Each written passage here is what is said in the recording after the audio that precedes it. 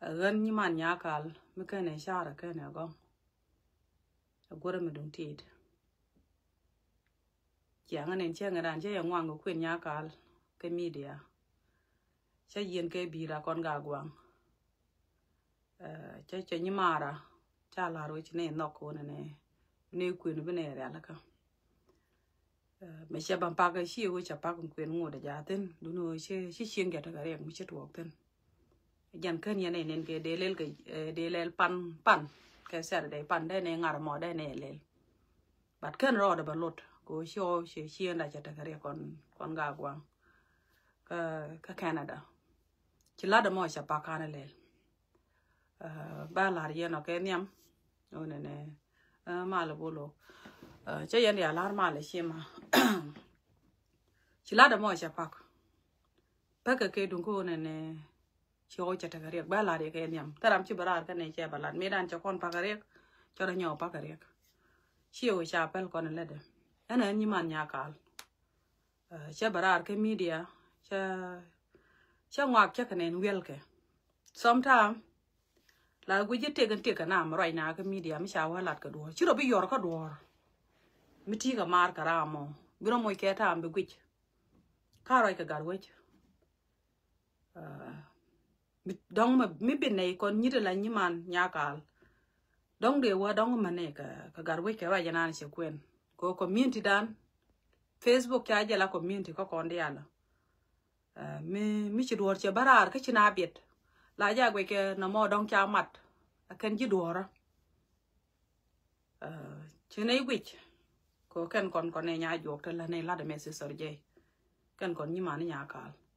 chine la de mo lat kel sia ne nen ke media ngan ka na mat ke ni de we barar opinion da lan karada kata na ne chenen we en wo ke social media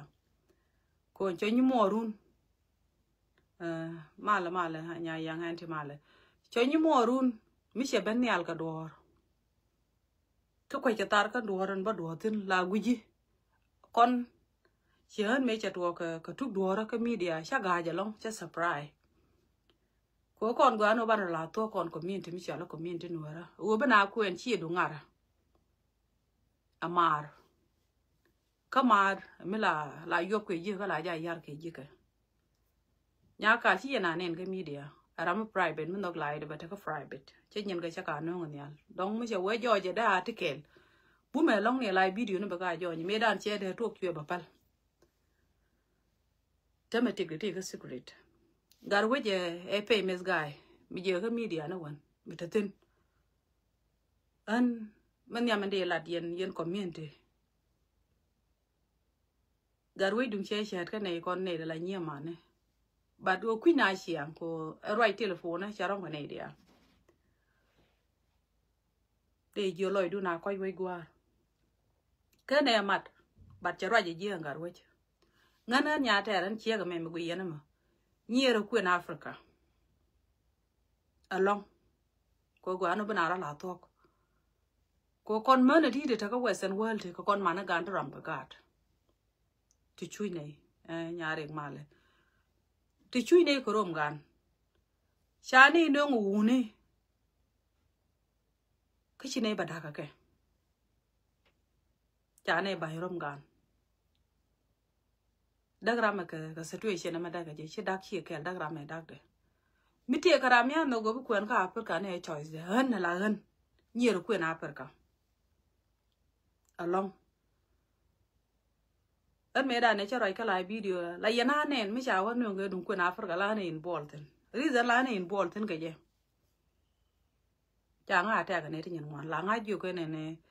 cái gì mà cu gar cu quyền được cu support cái gì bia là quyền Africa chứ quoi anh à lẽ rồi này gar quay tiệc kel mà chắc nó cái gì có anh chịu nhà cả lên như mà ở tiệc kel mà chắc nó cái gar quay cô ra na mi sẽ đu này sẽ lật ở George có lúc này chỉ có sự cần gà đi ăn giết rồi tiệc cái này thì giết cái này thì go ngân bên đó gar quay a kel karo ade shikaro male nya mere mana male a kel karo ade bina ka kwen garwech kon ma tine re weje me kon mana tere ru lati chane nang jek wuna nuare ko wun nuare biata duel kel biara kwen ankol male biara dun kwen bai kwen wije jin jek kon nyir no ka la man ti ci dam ni wi ka afrika ma de ba de ke wuni ro le me ci na ti yin wun yin wan ci dung tana la char ke ci ga me de ga toj bat ci jena de ka man ai xiang role me role doar le na teni de ke dung ko li teni de ke dung yoni teni de dok de ke dung xie mana nat teni de ke wo chi wudu lo ka rom gan ta to ka dang de ka na bat cha ba man western world kan ya chi ga jiek bat chi kan chi jiek to kan dia ala na ju ku kwen ka afrika sha go ko chen je mo ni ka bak mala chen je mo ni ka bak taram de ji mo ki piu ga de ti ne ka re ti ni ti ka ling lin Michigan che chup ka age of 14 na wani yam ti adak pin be ji ga mo ke headphone ke balana nyin ga no ko jira ma dong me chen je mo ni ka bak re duel chi ka na ti la ka tu ka ti du Michigan de chup ka run chup ka run kel wo ka run dang wal kel mi gan ma ta ka loj baro ti ke ji me chup ko 14 na wani yam ti adak pin ba ta ka tik de ma do dien mi te li ram pren right ke ji be mo ke high blood pressure be mo ke stroke be mo ke depression ka tira am right ke ji mi ci waro aji karan mala yendi ale ne diala to mi ci waro aji karan be ji wonang ka ting mo bej ko mi ndin waro kon ci na ro lok re dien chan ro nyer ba ku le ben ka poy ne be nga ka i lawda ci na ro nyer mi ci ro de je ram kel ko mi ndin la wunu wara mi ci ata kel jin ci mu ci dag yen chawdu ba ko ru be che de tere te ko du che ba go ro bi aro du ling ba ko ru be mo ke chak chang na dial ba ko kweng tin bo ra re jek che ba go ru ko lan te de yen do ru de yen do be ya pin ge je dong mo go ra ni be je yo na ga ji ban ta kel mu de kel mi che bere te ko du bi tek de be ro de ge ba ting mo do yo cha ting mo do dien biya dek pin mi jin chieng ma responsible biya la ran changa biya garan ban dek pin bo ko she jen te ngor ba gar ka lorom she wo ti freedom te te ngwa me e wo ngedu man yongi be lo ka ko chi de kel kala mi dire duel mi te me lo ga ji ki ji no le di ko ro ma ga ka te me lo ga ji a kel ma ba la ye ken yama wu na ka te no ro le me wo cha ro nyer ka ke ko ken wu na ka per ka wunu te rolo me ti chi ko kwen ga nyidi ka afrika ko ni kwen ka gwar wut me la ta ka sar ni ya chi ga no ko bata ka sar me jien ga re rolo ti ru dien ga ndial cha wuri lo ka afrika ba kwen ga nyama tot ko wunu re chi ngi chu ka 90 la te go che kwen ga gan me tot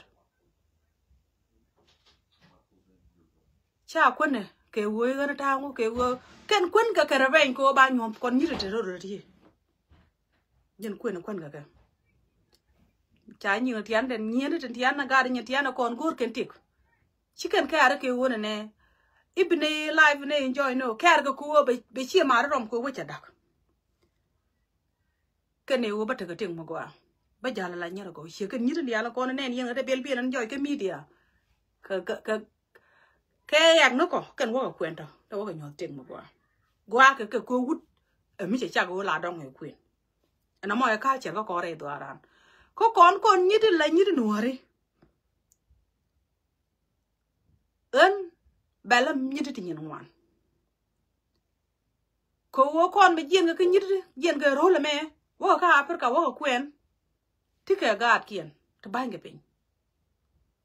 gad nu e chu ko ti ni jien ya da pin e yang de le je ko ti ngudi che de len mi ga me ti loj be move out kama tie ka loj be tere duel be le na la de a chen che tie je mo ja ka real me de kama la ya ju ge tie la do ko no ko nyin ko Brana wi jo ngwa de tik ngwa de go ra mede mala ti mede ne mo ngi tok de dol shi gat ko de ti ane ti chi wudien chi ko wudien wen ni de tala kon cha ne kwene ken ko keri ni ko wo kwento ka ta ni ndi ne ken kanga chi ko kwen ka Afrika shirin bu gwa shi wo je karan chi ka ta chi ko ne ngi media riuri ni nyen wan tala ka bam ka kwena bam karan a chek la munguri dol tok la ngudu gura mede lan mala mede jigo shi ba ga mal chi but ga mal chi kana kan ko riuri cha kan ko ne bara kwen chi ka Amerika chi ga ta ka Amerika be bi la ka ba ga yorpin ba ngalet ka ne mene la wo ta ni tuike ga yo ngan meno ngana me ka nyam ka example ba ko le ben ka no ga na garwech che ngeda ne che nya kal che nok cha na yu nya kal ba kep ka tere na me nya kal na ga nya kal che nok de che la na ka media chi kon dia tuk dan ko ban e ngach ko la chiek la ja nok an je ni ma nya kal che ti nya kal private person chi tik de chi da mal nga chi ngơi chiang ka wai ling lit chang ani man ko yen ka ka wai la ka ro di ni chim chi kan dial chim ko ro sha ra te ka ta dien ti chang ka ni man la ne ka ta dien gon ga tet kien de ka tet dien gon ka ne chek de bat ka public cha ro de chim chi do la wi ji bi tek dien bi ka tek ma na Amerika ba chi jen te ka ta na ko te ka kon ru gul ma ni te ka ling ling gul te ka dignity te ne te ka dignity ka ne te dignity mani kon ja ten chigar weche barar che lar weche ko laru no nya kal cha di cha chak ingun nang gitino in wane ke shukan ngu gare dial to cha kare di de mo che ngele ngai chwalo cha gu yo ngale jen gi mar tragwich mi chigar weche be ben yale mala nya mala mi chigar weche ben yale chene laru na ga nya kal chene ra ke garwich chene lara ba garwich ba ke mu ke brush hour ko shek de boka Afrika che barar ke media chene le gurum ne di nyen wan cha ngach re wesen wala me ko nyen ko la de yo ta mala lat ka ba che ke Afrika ndong di wujuru wat multe di tia ke role me lat ka ngwa ke yo chene gurum no ko le cha ke la de mo cha ke gor ko bla de mo bo niam chene che nyama ra no re chene laru che ye nok ko che ni mo ru nok che ben agwa George ka ne ben shuara cha gar we cha nok je ke wo de nyame cha lar me chi nyiri dial me chi ga je ne nyiri la je ka Amerika la gar we ka receive kana gora ba gar we ba wonten ko jiran mu ko na te di bro nan ga ke garwich bibi dia me bienen kan koraj kan jugu teke eteke mi jeng mi chelat ki ngwan la gwe jene la chiar ne ka yo ba la baloitin mi chete mi chelok ba rapin cho ni maran mi kwene ti ka pol wi mon koran mi kwene ka kwene ni chek changa nyam nyal mi nya dore te ka lok ngwan ka jin ba jin wula ti lok ngwan jin tu famous ka social media wale chen ku de me ben ti ka dwar korana kon ni mo tu ndi de media ti mi te mo gwa mo gori di lalat te mi di na ti ji ge de jo ne me che bo gwa ga ji ka na ba gwa ga je de ran lu ka ko chai de ma mo ngi ni ro ku bi na ti bi por bi jam ka dwar na mo jala dwar mo wale chen brieg me bi jek me da ne chi akon te ke dunya ka li ne dole me chale di chi cham ko chue ba je long chua kam da re gan mori ni gan mori te kra me di lok re dien chi kan dia le nung nat ku we no di te ni di lok chi kan dia le nok to me shi man di al chi ke jiene male me shi man di al chi ke jiene la kan wo ka Africa bu ko receipt man di to kon chwa lo ko long chwe tie de chwe hot kana go re be ji face ke de yi gwe chere me le ne project che me chu bara to do ko de la re company do kon wore ko re te ka culture ko na chai chẳng ai chiang một đường một đi lại ra quen cái bà lúc đó bà nhồi cố con cái culture mi chiang con rồi đó thì chỉ chụp cái trả lật cái chiang này mi chỉ media na bây giờ career life cái family mi chỉ bị nhur cái ran đi ngay ngay cái media cái chia kẹt đi go rồi đi ngay thế mà ta na bảy cái media bảy cái mi thế na bà ngay cái mi thế na đóng rồi thế cái để cái tiếng mà nó điên media chia cho lại chia con đi à thứ ran cái tiếng để mi yên rồi đấy mi chứng cái gì cô ra là rồi chỉ có lòi được đôi lần chỉ đuôi là cái rồi đấy chắc này mi chỉ ta nên mi nhóc rồi rướp cô chắc người đàn này chỉ bara chỉ rồi lát để dân manager nè mi chỉ bên nè anh chắc quên nữa đó mà nè đi với nhớ đi đuổi với đi làm cái là có đi gì thế chứ để yêu nó xuyên lại là nó quay vô bị thiệt chứ ra thế mà chẳng bữa nào vậy bây giờ group ấy đàn này sẽ giao cái chỉ cần chỉ ở bên nhau cái liền bảy mươi cái question mark ba cái yêu này gì làm bậy cái gì này gì làm mà quên cái này thì nhớ cái quên đâu cô na nuôi con chỉ đây đàn chỉ tiếng cái nhớ biết cái đó chú giờ qua mà đóng cái gì em đó cái nào cái này ngay cô này nè em quên mình chun cái nào đấy cô bà cầm điện chiếc đồ bà môi cái đồ cô rồi bị chả như là cái dính mất quên này thì bữa nào ăn cái chẳng cái này telephone của thì bị limit cô này cứ chỉ to con đấy dính cái đồ con win mon cho con cho theo cái long ta lát cái point đồ mi chiều nhà mà ăn cho nó nhà cả nhà mà gọi xí đặc nhà cả là private để yêu cái này nè chơi nó gor cái gì thế này con ta nãy mi chỉ mang chỉ cái này mi chỉ cái lúa chỉ mang đi là lúa mà nó con cái mang đi mi chẳng trả rồi đi nó chỉ Facebook là very important đi hay bị cái lúa cái mang bị cái già này hắn nào bị cái ra bị ăn lên which is chỉ có lúa cái đòn mi trả là đòn nuora cô nuora bị tiệt nuora tiệt cái lông tiệt là cái jur đấy giờ rồi giờ này là đây giờ này pin bạn nuora là tiệt cái bà rồi giờ bà quên bà rong lòi ran cô con tiệt con cái rồi con này đi chọn nó nuora yan có con cái rồi khur mi chỉ là yan ana teri ko khur bi alat ko khur ấy doaran tel gwa la nang na tel ba do nuora yan je cái rồi ko nuora là khur rồi cho như mà ra apology du guai long bat che bani giak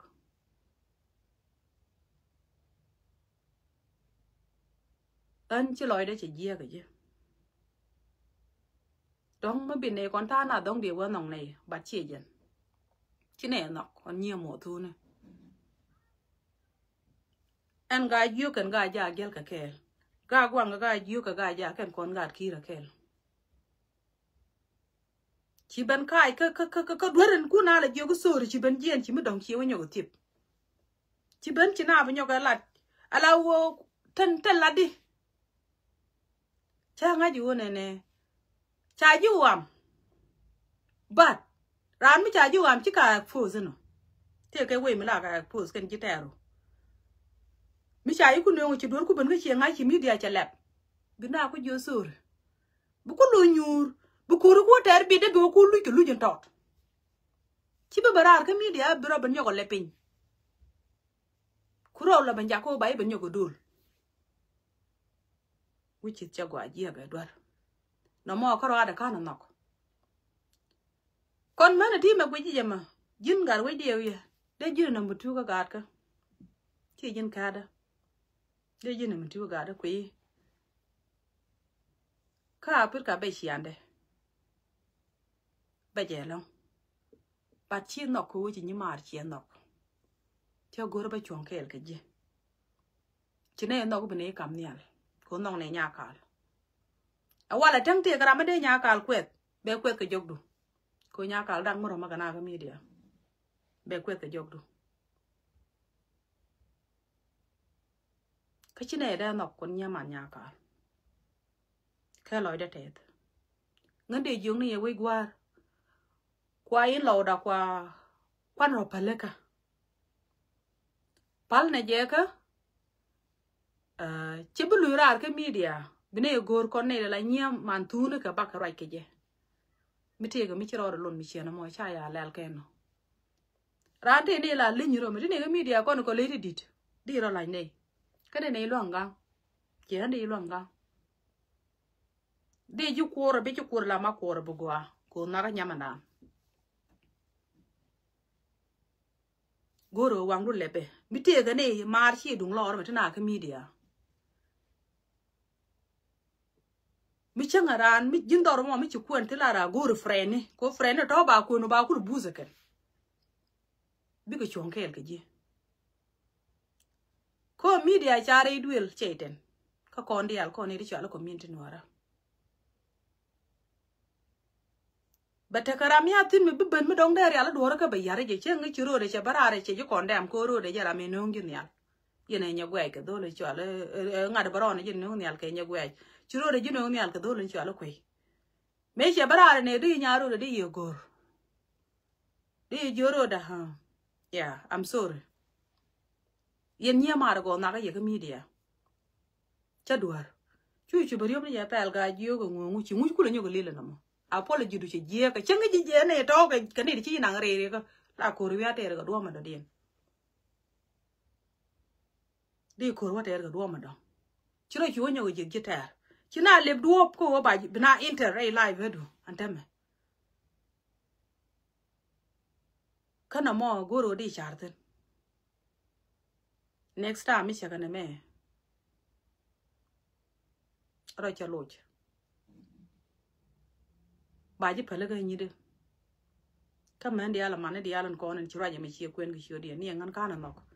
ko go brana la re ba ka mane ko kwen me dan te ga chi mi chi la ga mi dia kon chi nya yan bene man bene ga kwen ba ga ba nyon duk really chi nya yan chi ga mo re kwai mo question mark tin ra je mo mi te ga mane di chara lot ye yen chi nya yan nya ka chi one of them kan shobre mane di ko nya ma tot mo go me hard worker woman kan shob ko guru mane di ko e we cha dap tam ni jen ke kwa de ga ga de ko kon man dia la ti de ten te chi barar kon dia la ga dap ka ga da te me nyi de chi ro ku la pa je cha dap lo ken chi dong nye da kon dia al bane la man ti jera la chiek tu ngi won chiek be chien to de ba ka te ga bo nyu de ko ngone ne ka mar ke chien to no ko kon man de cha kwen ngore lu ne ka chen wara a chang mi ran be media yu kwet after mi chi to ko media la gu jiro ri chi kwa lo ko shi jero maram ko kon ton wara ngan chang ran chi barar ke dung bua sira ka chwe je ga long kon generation nan ho baro de ge te ke tam yang ni ga la ga de rul ti logo kwet ke lung mi je la ka ne kwet karar ban mi chi ga re ti ni lo ke culture kan chang ne me wa chi ge je go we culture ko chi culture kan ne freedom yara mat ke che be la ri la ro da ge re ngu ti ge generation an je ro da kan ne chu ka africa an ti ga mo kan ne chu pa kon ngu da na ne lo be tam nam iya ko ben ka de ding line chi o je ge rau tin jik tin ka rau ko kon wor ko ne ti be ko nga ge chi adak me dan lu ko koru maliadu tela kon man pel ai cho nyang wan nyang ngadi chi kon ta kel gan nyang ngadi ke ai nyang wan ke nyang wan ba ka ra koru che da let we dan ko kon to kon ka lat jor mi jiak kon war community che da let ka je shawo no puch nyide te ne ya nen ten ba je long doran ko le bete ko kone Chang nyam gwa. Angu de yang je pa da pan la lat ka jore yang gan mete ne je ba mu ke chuk. Gwi yena ka de ding line de lat ka community no ra. Ngot kon ji kon dot jok. Ju reality shi ka lep. Taram ka lep ka de ding line. Chine itu wan shi ka lep.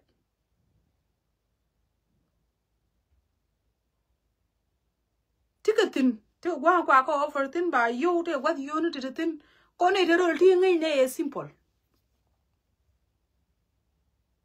E simple. Chẳng hạn có này đi quên cái jure chỉ rồi người chơi wishara bang, giờ cái này cái dating line. But bị cái private như nó cũng đã quên tin. Cái xa cái share, cái làm gì điên. Thế cái nhà mình là cho là candy nhà mình tin cho là candy mua something. Là thế cái Facebook live. Thế mấy rồi chú mình.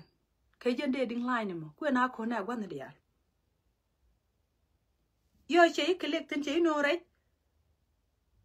Ba ko rube gor ba jien bo te kram ya tin dong bran jien pe nyen wa ba jo la be we nga ga me jen ne jen ka jen ye kan ga kana chawde ba be nyo ga force ke media ko wo jen te ke business license tin te ke lawyer tin ko yo mu we na ko ko dong ra mo dong te ke nga de we chawo jek tin ba su chengan mi chi private nyen ga chi ga jien de su ko nyen ka ga private che ko gwar pin kwa mo pe de ngan kon je tara ma dong ngeje ko kon ngode de jien de wala nya ngade wa nya ngana ma wu we che tuom ga na nga ka chu gor chow chire ko tung tuo bendera wala ka media ba ba kwe da lwal teli lai ten che nyima de ji ba yat bot ni nyur no gwan ti tin ka afrika nan ai chow wat karan ki da maran de ji mu ka bot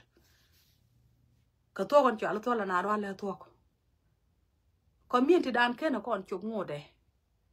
to kon ke culture mi dib long doran along culture an bume ni ko ne tere yuluti mi cha yang ne de jal ke nyu pe mana la yet man na la jo je ta du tin shire ge jek wa yo nga ga ma chengi la ran ma la ba we nga ga ma che toy ke nga bai tu ko me gwer ge ti ne re na da ya gwer ke nyin ku te le ga ling li ka wa la ne ya jele men ya le bukini jele je we ke bi ke je we ni ge je e culture yen ko woken meda ne toge beje jen kulta gane ko ne shwali ne ko la ji shwali ji juice ngot ka tiga na ne tega ke ngod tin ngot culture yen bume ke gad ke ne tin ka pot jeni baka nang ta mo barode rit ko kon dor mi chala don nuora ni chego bi joga I love you beje long ko tiede ni nyin kun la ko dere kun mi sha wo kwara shim tene la wo abi ko shim le na mo ko ra ngut culture an ngod bume mi shi wo sho ko de ding la yi chup tin chire ga jek jen jilere number 1 ci teggu ci jek ba yu ko de ler wi yena don wara ngod ci kon do jok jimbo ngake jego jini jira me meti jo ru ke rieno gon ko chi nya gwai no mi ala ne chi che ga dan chi te chi ta ka blessing ko kore ki dole chi ala ko chi no ke bande chi ta ka blessing chero je duor ko jogdu cha goro ba ji nang re ma je mo ti re dien ka ne to ko chi no ko butin ka chi ba la re ke nyam ri den nyam la ka ka la nang gire lo ko je e kel karwade ko ne de la jani mi chi on ni mo tu chang eran de kon kai na ra ge ji ba lo de ji ne lo da ngan me cha nen cha wa chi ra ni ga nam ai to de jong ni jin me chu barare ji ngwa ku ben je chui be nyon ye ga mi ri be cha wa ya cha ni ma chi kon pio cha yong chi chu ji pu sai cho media goro bitaka tek bodong chi goro bete ra mo mo wo widu dale je beje kwe son beje ha beje pu chi pare maj che nyede you know don't know what be tek de bây giờ long community dan be chian de chiang ti ma go ri luộc na chi ka da luộc ga luộc chi ka da luộc ga luộc kan war community you can ko chiang ani tu ko wa de me ka te ta ko tere ro le me mi chiran yo ko no che yo ber wan gwa me ba ya la store mi gwa me yo dong bia nang ye cho ni mar ba go ra ba ye luộc ga ma con me phải đây bên ga per ka te ke tu me la qua cái nhân to chứ tin thế cái sạc sinh nhá đang gò thì cho kia ra uni thì bây giờ go sai cũng được kể lắm ngay rồi thuốc gì nè because phải làm bên cả Africa cho cái này thuốc của mà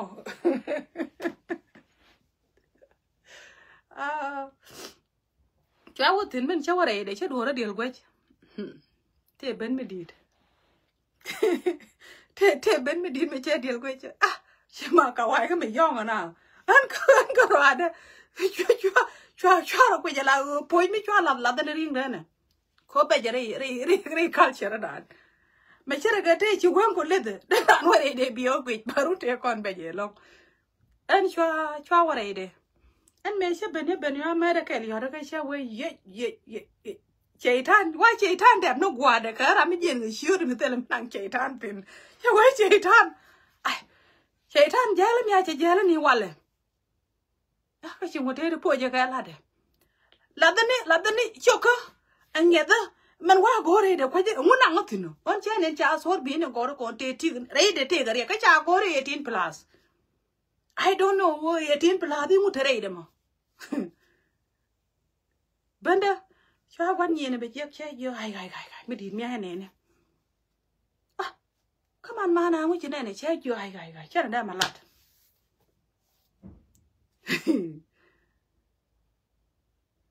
gần chú tiếc đó bây giờ long là phía là bây giờ đây chưa có tiếc đám còn nữa đấy còn chứ còn bao mà lên có con nó con nữa ban ở quờ lúc con thuốc bà lặt cái này như là cha nó đang lục chung à thế đi là giờ cái yêu thì là liền thì chứ còn nó mà giờ có community đàn bé tam nàng có con nữa ban ở yêu giờ cái cô này đi chơi là nữa đấy Paula na chứ người mới đi mới xem mới tin giấc tin nhỉ pe bộ của mẹ nhà nhỉ pe bộ của mẹ cúi giờ là cúi giờ thế cái này thì giờ cái yêu rồi đấy cha luôn giờ là business cái con bố mẹ thế mình chơi là TikTok qua mà gọi là nên những cái quất cái là nếu mà mình chắc là mình cái media là quay cái hạt Paul cái nào qua là Paul na đi cái generation giờ rồi gher role giờ rồi gher chỉ cái đó này cái nào mi cho waro ma ka dong get le ko har mi tin te thani na ya tung nora ngai ko ngar ko terol ri ri ko ya tung nora chara nge yo kwet te me cha lu ji ni je ko kon cha no da lu chunga te ke te de ke jegre dien goro ba belen che ngani con me pai ni ben ro la me cha ka tol ko no la bang yi ge cha ka tol ko do lam ne tin di ko la we yo ko tin kan taw ben bia cặp đứa lao ở ngan du ku ban te gar cái này được ko me ya ka kel ko min te la kel yik chira na la ne me cha nen ka ngak bu ai ngak gwa ko cái gì nữa cơ nang ne je du chi pa cha ro ru to de me de yik tin bia ko do la ban di du ku ban te ari ka tan di al chi ko tin ta da mi tin yang ke ru ni pa de we bi ke bu ne ne wi ko ne ndo lo so cha camera ro ba ka cham quan because na cái gì bây giờ look good cô con đứa con cái culture mới take con thế mà mình chỉ nào cũng bận đông là chỉ gạt cũng đi đến đó chỉ đùa nào cũng giật chỉ nào cũng phải đây đấy cơ chỉ nên đùa cái gạt chắc là vừa đồ luôn cái chỉ gạt thì chỉ cần phiêu chuyện của cái chỉ cần cái này thì chỉ cần lên thế là cái culture mới đi vào lòng cái này thế chỉ này cái lòng của bà cái chuyện thế mà là cái này nó bạc cái ra thế mình chụp qua rồi điện của nhau gì chỉ gà rồi điện gì quên cái chỉ lôi đặt thế cố nòng này cái quên xiềng ngắt nó có quên cái càng gạt cô dân qua biết tiếc bảo rồi rít cái gì trong ngôn ngôn để các con đâu có lạt cái yêu nhiệt lát cái yêu man thu này lát cái yêu quan thu này bảo lát cái toy có quan thu này bị yêu nhiệt bà cái lát bị mà nào có man thu này ngồi đó culture an bu me có con này đó go tung một cái culture bé tam nào có con hốt rau ban cái lan cái cha nào bố cố cái ngay như cái bây giờ coi chừng anh ta na la na we I love you bu me ten mi chia de la na I love you la bây giờ ui con này thì đi này quên cái dừa ya cái dừa ngay chỉ bay de mi chỉ de we nyu jor la let je bia la cái tung nó bia jo cái jin you know what culture là này you don't touch somebody like this you don't do this you don't do this because này cái culture chỉ này cái jo rini thế chỉ cái culture ăn đâu chẳng anh em là nào ra ju chỉ này ra ju cái đóng đi ra ju private bán niệm na chỉ ra đây ju cái coi chỉ này cái nghề chỉ này cái jo con cha là niệm đã con nói đi thế này cái culture mi diff mi ra mình nói cái bia quá cái nhân vậy mà mình lúc cái gì bây giờ nó ai can cô take tiền mình take culture này flower bu mẹ tết cô chẳng anh em là này ni ran bi wood bia nen cha wood quật niệm cái mi wood quật đi là lo quật đi quan gì chẳng này mà là này quật cái mi chỉ ra này đi quật mi đi quật đi cô nó này mi tiếc cái đấy quăng đốt gió chia đấy quật cái mi đi chia đấy quật cái đủ đấy quật gì nó còn nó luông nữa bù lịt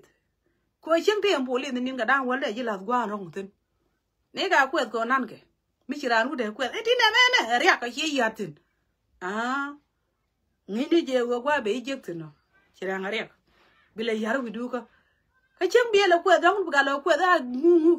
quẹt cái fry bên ngu này cái tiền cái mỏ cái này pal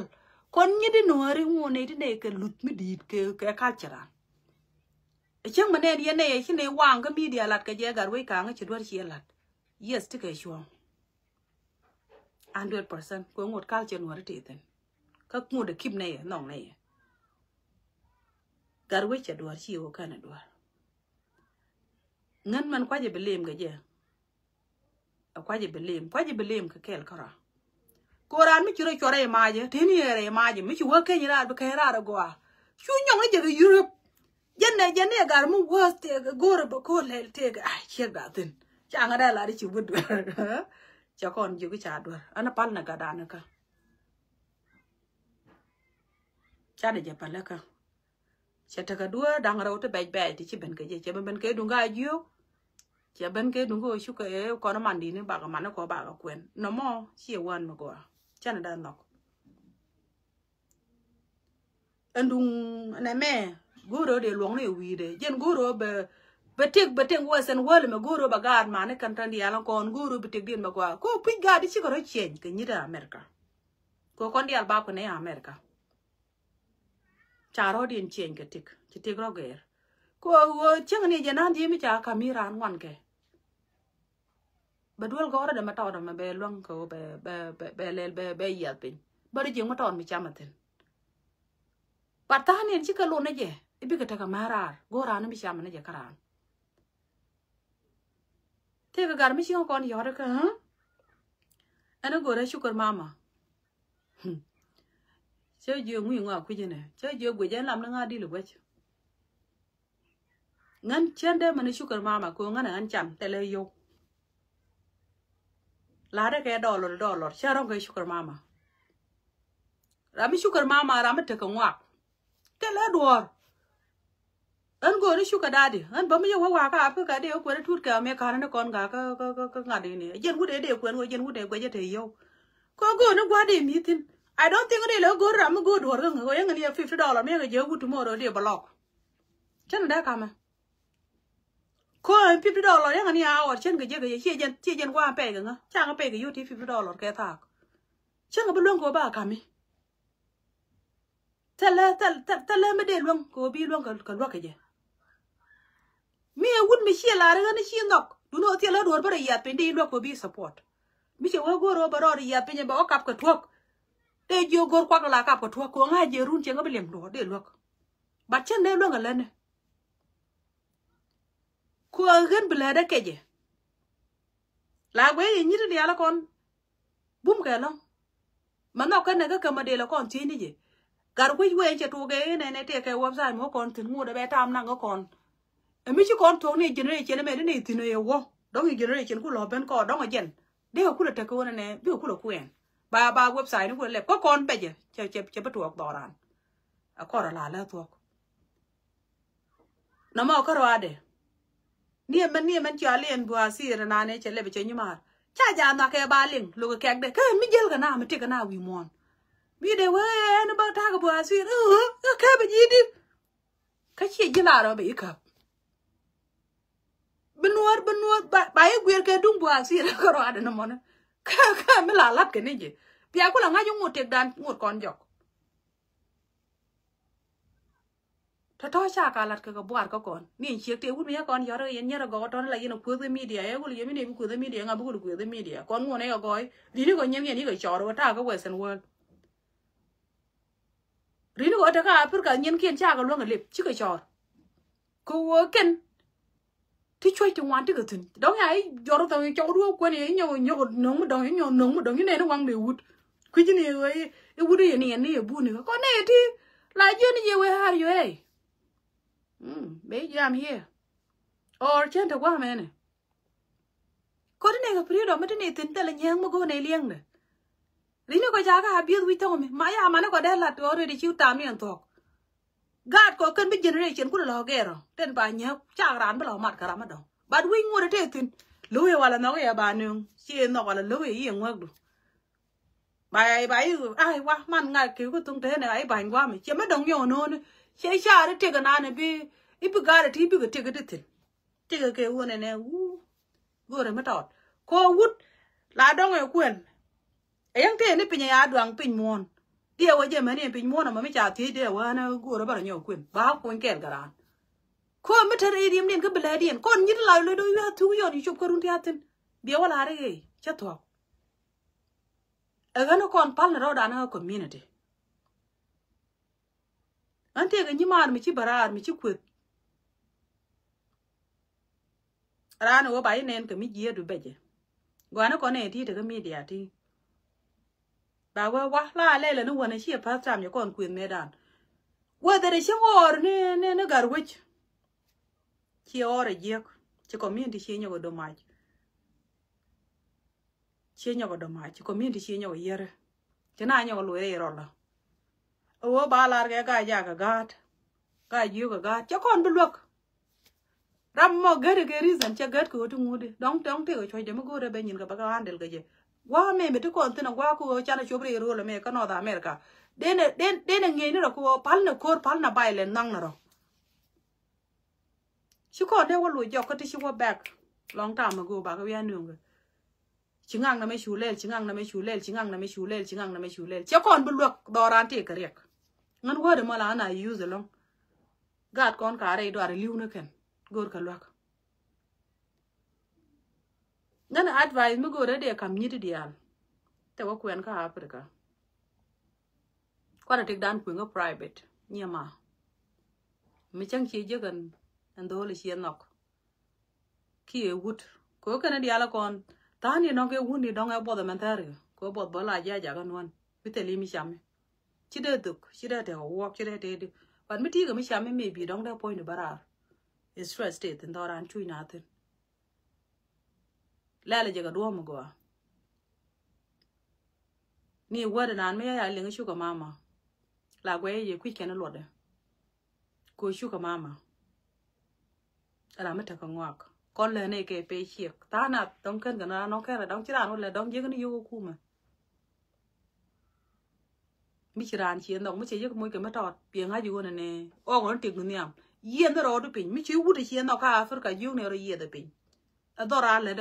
ro ye de pin ni se do brom ne je bi wo bi no ka dit chwane ke ngi je kan gade woy ne ga big city ne aka wo wich braro ya pin ko jen be jilwak kon en $50 ci kam goto run mi jete mele de run da le mi de me de ende le jogola bi be jodwel ka bi mo ke mi chame e ko dong baba na dol gore chi dwar badro ye de pin ro longa ko te ke family mi go lwak ngin ba lo ke chi more ko kon ya to kon chi ma na kon lo kon ke doran chadak pala ra ko ke media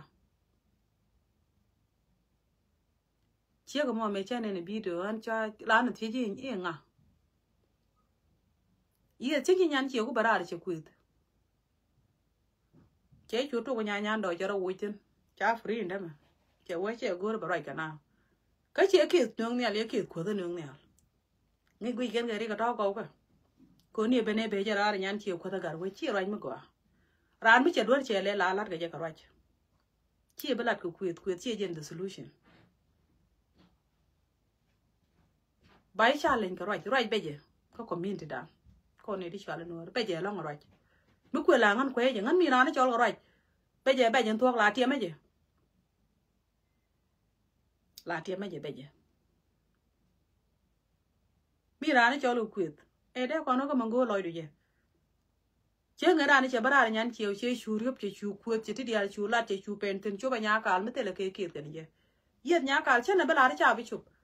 ko chi gar we no ni ale che de en ran be nya kal be kwet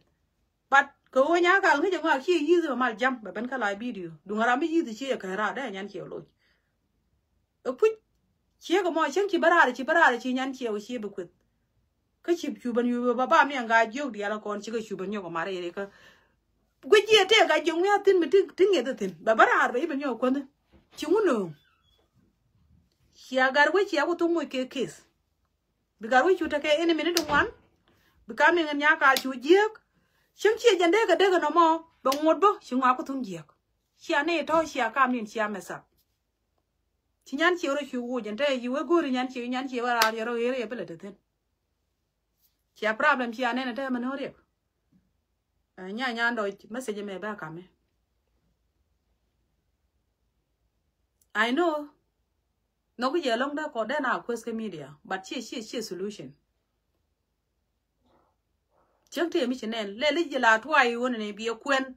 karoj bala warong ba war loy na o bara bi churum ni kwet chinga kyu kwet kon chi kon borom nan kon long wi ti kon tin nan ke le brane pet bu re duele trama ka istu na ka re duele mi shiran che duer gar wi nen kon ka media gar wi meda ne chi cha kon ku do le chale chang ko che chuong kel ka man che man che ka appreciate che wo chwana man chwana ko kwet wa ye kwa la cha go nya ka la chyo kon or ni ana ma ja wa kwet inong yo ko chyo kon or kon man dia le kon chyo gar wi kon or awalle mi shi gar wi che duote me de kon kan to de kon lar kon ne gar wi kan ye cha ga ji pale ka ne mi shi du no che lu ko community tele me goro ba ko no ne dia to ba ga ju lu no tin chi point de le ko ran ya yu no ne ko me ne tar gar wi mi chi wali ji ke chi me ga doran yu ku te shure bat Facebook ne che logon che goro ba na no chen ta da ngai te me ti ga lo de ka gwe je no ji ta ka che non che ta da na dal nyama no ji ta ka lo ga je nyu de je ba ku ta ka at bat che goro ba re ko me ne te che ne ta du gar wi che chu jo ga dol ga ju ko dol ga ja ko jo na ga be le ba na ne ga ka chale an ka chale che je la solution ko la re ga media che ga chale gor che pel ga ju gor ga ju ga ja chi kana ke ne la chi to ne te bi yang bi yor bin chi ngan bi cha ke yang ko chi ga ju chi ga la ne pel ga ju bi cha ko kon ne ke ha bled ka ga ju ha bled ka ga gwa ka chi kwen dora ka ne la ke nyin ko ga ju can you see the mess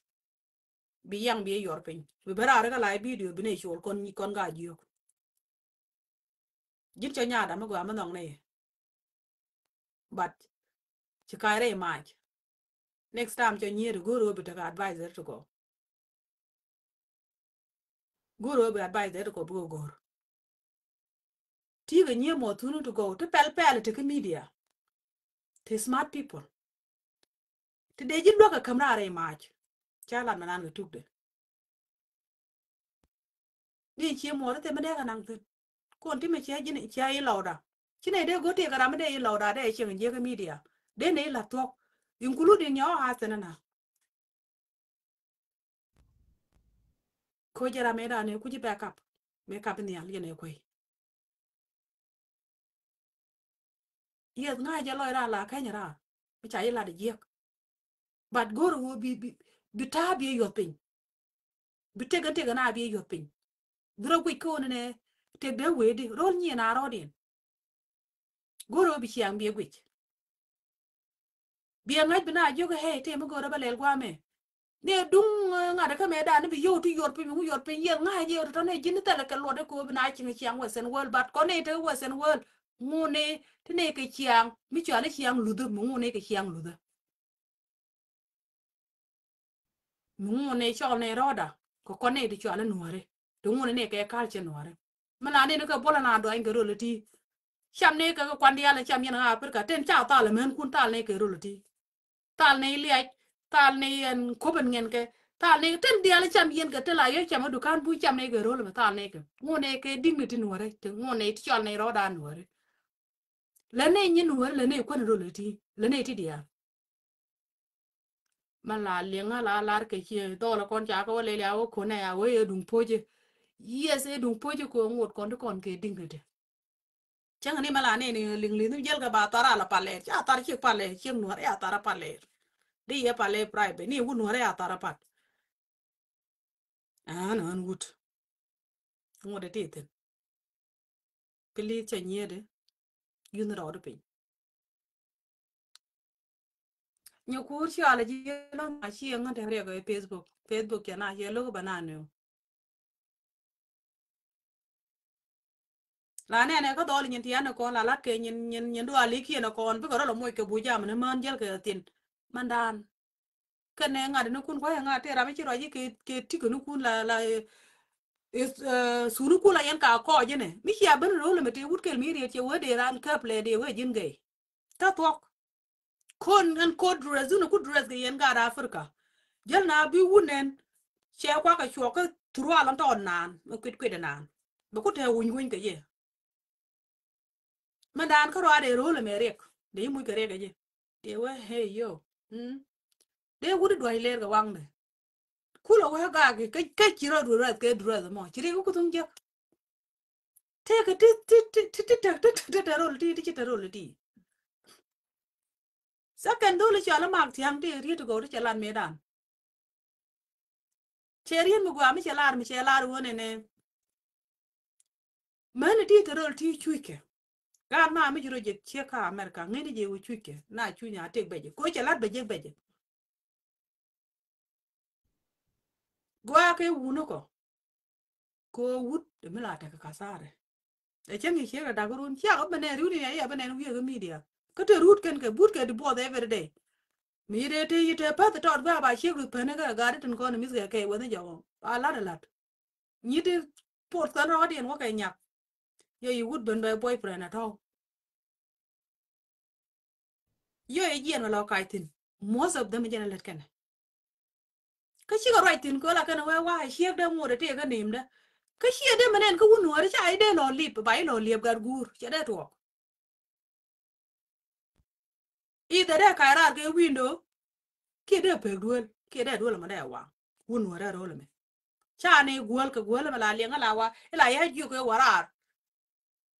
ba ju ko warar bu mu dong ban duel cha le de ro le me bat cha ne mo ke imin mi je wa man watan wal tiken ka ta mo chi kana let chi kan dia ka tele chi mo yana me lingi cha ka duel ka de chawde e che chi wut ka ra che na ma lo no tele ye cha ne na ngi ko gor ko ba yi min man ba ya ko kon ma do bom bom ba ko yene lai ne te ga media dang ne di bi yong ko te lat ka ne re ru ti be ka mo den ni na afrika kan yan ko ang na ma ga afrika ni ti ne ga ma ko ni ro le ko ma na nan dil dil to ngwa la ne ka wite bolo kien mi che wa mo ga chi ne le ta ra ram ga na ga chi ne ku le je ga di wichi chira mi gwa shi kwen chen gadan manong man ga je mo shi la re man chwa ngar ka man jen ke la ma ga ji gar wech ko ku ne support ko kon cha ne chot pin chu character chu yer chi ben ya la gwa jin bo limit your communication ka man ko ne chen gadan le de birthday already there question mark ga no nya chen le de birthday ku support ku ni de ko ken chen ni mo ka chi ken ba ya ka ti ga chi ngana an jealous person 100% kala la nya kal ba chelo William ngani ko kien ni ko kien ni ko kien William ko well ti ke check. Can you see that problem? Ni ko bi in ball re live edo.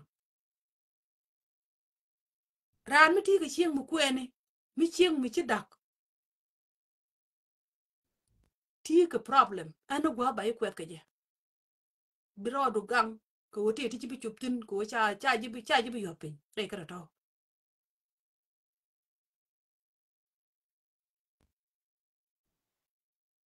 Chicken go.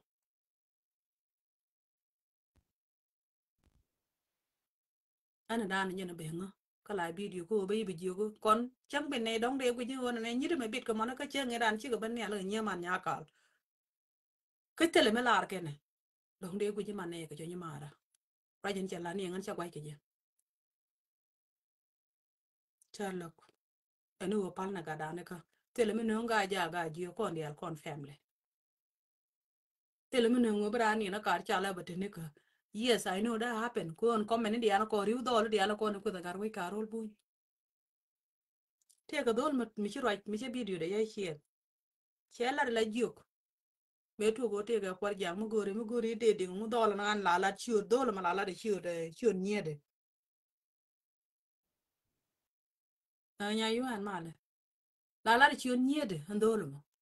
lade chiot nen dia ko nyiri charo mo ke ning nim lade real chiu ni ken che lade dung de ding la nyama bat che ba lade che la ru ne ane me tu ga ada an tu ko mo kre na baran mong ne gan which is an go ro ba te ke ba joy ke media dwar media te ke pe ke natin te lo kon ji Canada cha ne pe ke dia le ane pe ke TikTok ane pe ke Facebook don ne de pe ane pe ten but we de ko ken pe ke natin te tong yang male cha ne pe Karan kan media ko na no ko ye boy gur bi lok puta ma tor bi lat ten te mi je ten ay bu ni ti million te mi je ten cha ne pe ten e TikTok ya ne pe ten ngu ya ne pe ten kon free people ko kana na wen mala gwai ka loide chere me te ga kal chen no na dio ne ka ne den je ga na wan nu te kana na dio na wa je ko mu no re kan ko te chi ka te ka mo te dia la je cha lo is scammer je no community dan to kon ke background check mala lingi background check wi lat wi gor ba resume do ba gor yen chene ga chieng mi da chieng mi dang mi yak dak te ke background check ngie jog na me be je puch la jog la ya chia ka ba ko ru ba gor ba ji lej ba ji lej ba ji lej ba ile ru anu nya ngade ten don me de ji taram ngi wude de yen yen je ba ko ru be yo ji ko be yo je te diality kon ni diality siare ngare gen wer ko mi na de ba on ra ba on ni ga ron ga jur ba no re du lo gen wala no gen be ne no gen ko ta gwa na ne te no ju ta culture no re te culture ba ka no be ne no re du a ko la wang ko dial bu ke jal ne because the take dien chi ka ba we nyanga de je ne ko jor mo ko na ka juru jur tiken ting mo dong chi ye ting no ne me ni me ne ni ne de dial di to ti gwa me ti chi ka do a long story te ka che ke le ko je na yo ti ka gan mo ga ro to de kwen tin de ga de kwen he ko je he ga de ya ran de ko chwa du ko man to mi tourist ko de la ro gan nya ngwan gan nya ta na ni man ma ko len ne rong tin de use ke baseball de do ita wala de poli de je to duel chene de falo kami e je de nyuro la video rong ma tin de tok da mo be gu chien to ga de da ga can you see the problem cha bla ne wo je ne chien bu gwa jala mu gwa le community ba no ne ba ron mi chen lieng do gor nga ka me la na ma lele chene mo ko na lele chene mo ko na lele ko ke je o la ro rid tek de ro de ger tele je kon ware ba ko ba ko luk ro wu nga ma tene mara ma kwini wori wuri wori te ngi yen la rano ay pur ba wanga ga me kon gor mara ma kiri gor she gor ba li she ga me she ma la da nga won wak dom mi che fall down da nga won wak she ga ma irun de don't take the road again ko ne ga yong ya wishara ka yong ati wishara mi yella ka ta yen malet kene wa shianga ka wi ko wishara yella can you see the problem and you know yena bele wa ko na burga yena bele ka shen ga bel because the yong ati re roll lat ken nga yen yedien bi je ci ko to ma lay ke ci ko wo ku jele be clean de nyur ke ji he ara ko lak tan jero malet ke jere duelu bera modu be ka be nyutin very good use the remote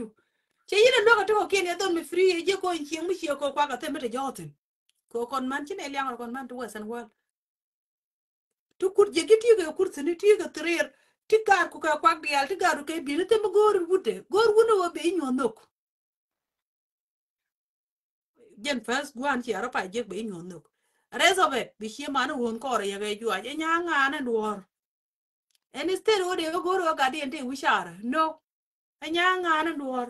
ka che ko ne chienga ken namo karo ada de re de tiela mudi ko kon hore biana kula belke shang belke nyidi wo kwen ka afrika shwondien nya mar che goran nya mar wor mar ai ye kur man ron ka rar ko ja me na gor ji ka ade na ka je lo ngudi bentin na ka je lo ngudi bare ja me na ji lo on ko gor gwa me lo ben ya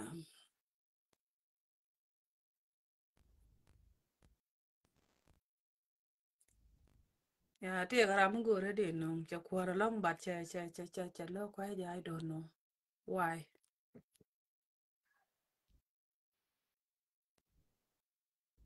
My sister la la no de belong na ji ko je reason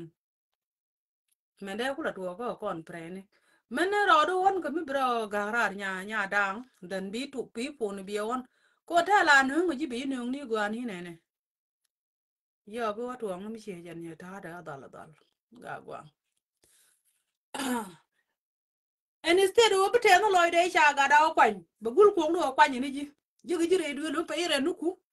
ji re du lu mi ti gar ko kon ga preach dong bi ba ben ba dong jele ti ga mi rat bi ba la kan ti ga de banan bi clean ba wut mi ci chonge su de she we chok is the best guy ba yara ko choke chona mangwa che gor ko tung to re duelo ba te ti ba chu ne ni re duelo ku ci gat ku chu jiek ci chu ten ne che ga nan yu ten ye te mi yu gwi maru jin che ga je giti ga pri da no duelo bi ngule ma be je ne jog du ga je ne ba la ro e jal ngi ka be ji ba abuse ngu ko yena ma da che ga le ma da che ga le da bai wo ma ra che ga je che wo cha ga je ko ne wi adet ke ron company because then me de duel ga hiek de gor no de ji gor private ka chala de ye chol ga sa du ko te re duel ene hiek de woni ja abur kada kon ya ye yor ga nyam hiek de we yes baby ha bloy de te benien ro la me ye ra on ji chol de ga chol kien wang dien ti de lo ye na ga ne ga poli do ba sa yi de wali ra ne nga ga ma le ba yu ra no ye chol ko tungor hey god forbid sharing a problem chayo ne chi de wo jin chi de wo ga jor ngoni pe no chi de wo ga jor ka jor be jina ngwa pe yen tele private du gore tele kora mo gore tele community mi de tin tele ngu free and charge kwen yera wale ya rodun kwen ha ga chier yena ngwa bia wo tu nga guna ko bia de pe sister lemna wan kon lemna wan kon ha turu ga ya dade yo chika we jika ngadi cha moy do ala nyinga tiktok ro anu wo mi chika nen kan dolo kon kan ga di lo ko nga no ye chob lo ko which is go go man ko you need al to ga use need al ga use show we reide bi ho chika la wo ran ko to de bi ho chika ne ya po na yu kwa ye re ho tung ye yu wo ko ji dum po na ka ro wan che sim card ne kene ya kwala ke pon ba na ma kwal tele sim card yo ba sim card bro je sim card mu da dien ka bu kwa ka be joy ke je ne ya pon kwal yen ku yana dry crazy but community dan te riek community dan te riek te cheke la we my beautiful community kana my beautiful brother yana ngin robotik pal ne ro ko ne cheke mi chi je ga na mo te me tot mo lo ngi ga no yo kuram ni ne mi chi ju wo re ka de mo du me ti ko ro met place ke chi bata duel ato je ga cheke lu ko ah please you need to be a very tight Nigeria ni te let ken ngi yen ke la be ke student mi che ben ro la bara ba yer pin mi che ji gor mi che la ro ji ni che ji gor ke che ji no be jo ko an ko nuor man je ka un nuor chi kan to galat che ja jo ga ta ga che bala ro che ga te je be nak bu ku la ben la clean man which is che Nigeria ni te tinga te ga ken West Africa mi chi ga ben ro la me la ran bo mi che ben mi gore ji be je ngon gore ta ga che dung no gan gore document boro mi cha document je ko okay mi te mi ku je de je pe ga yo e business ko te mi gore na la na ro dan to gar wi je ne honest man le ro kon to chi kon to go je no gar wi re ga wale kon en je ni ma me che ko ne yu chu chi dol nge da che re ne che ta ko yang ga comment yang ga mi al video ne ari ga to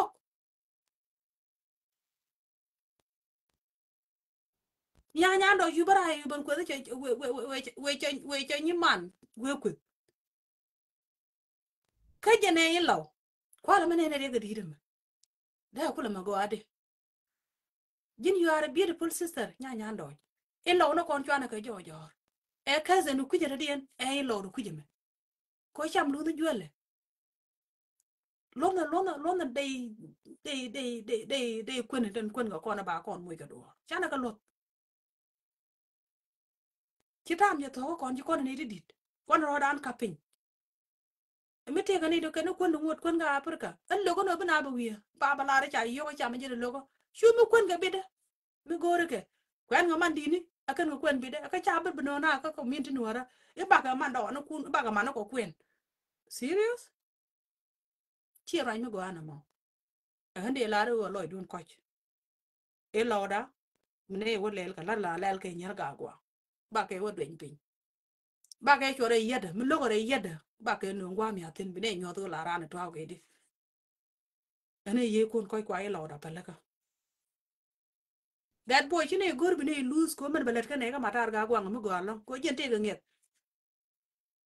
chine gor bine lose nong ne yo ba e lo da bine wo jala go ko ra bine kam nyine nya na bine are ke je ke